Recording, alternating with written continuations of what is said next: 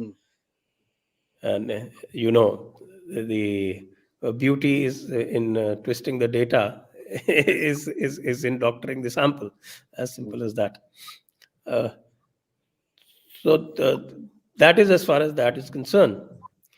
But he also had this point that there is a very large section of anti-India intellectuals, and those anti-India intellectuals have actually um, taken all their feed from those anti-India, anti-Hindu narratives that were created right from the 19th century itself. And we have had a lot of talks about it. It is fairly well documented. You can see this in the number of articles and books that we have a compilation of on the Jaipur Dialogues website.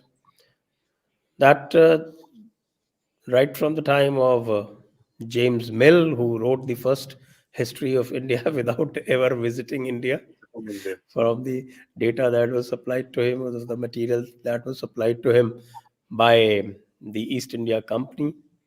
And also because in 1813, the British Parliament changed the charter of the East India Company to include missionary activities against the wishes of the East India Company, by East the India. way. And that ultimately led to what is called the Macaulayan intervention, the Macaulay system of education, in which we had willing accomplices like Raja Ram Mohan Roy and other people. We had willing accomplices.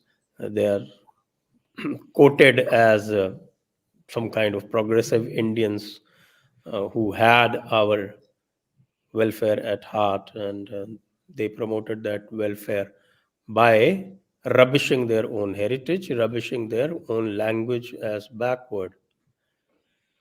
The same Sanskrit was rubbished as backward, which the earlier English romantics, and that I think is starting from William Jones, Sir William Mm. Jones.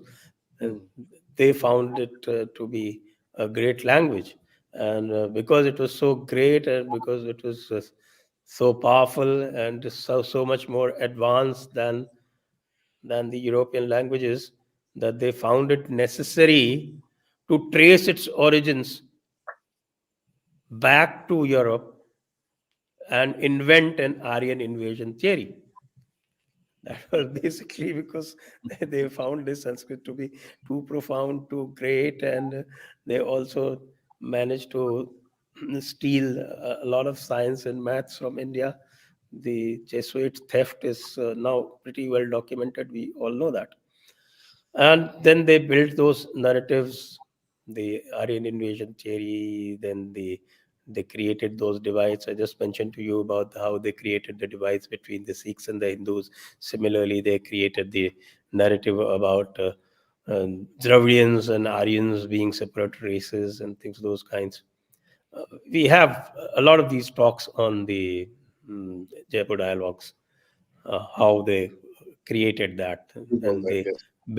basically what is called the mosaic ethnography, the Moses ethnography of Ham, Shem, and Japheth, the three races. And that race theory was created and planted over India, the remnants of which you see even today in places like Harvard are doing critical race theory and then Yeah.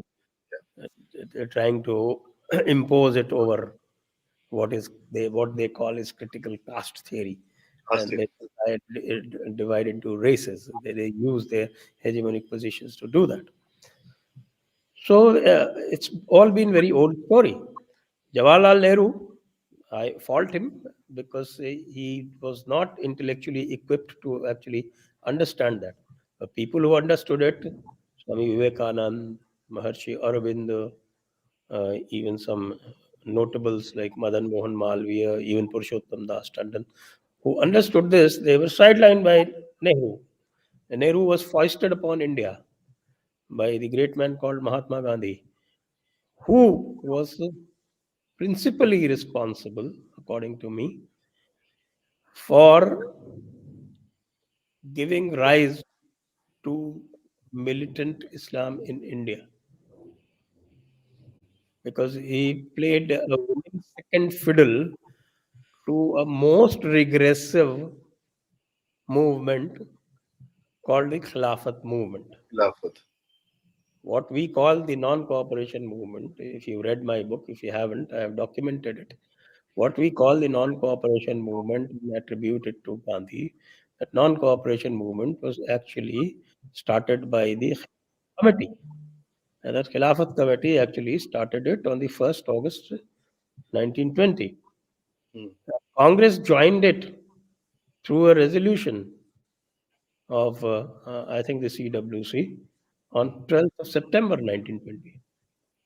So that is the story, or that is the reality, that a man whom we credit with leading the independence movement of India actually hooked himself to a movement that was started to deny independence to the imperial Osmanian Empire. So that is how That's these things are built. But then the leftists took it upon themselves to credit everything to Gandhi, because they found in Gandhi a very useful person, by exalting whom they could keep the real spirit of the Sanatan Dharma extinguished.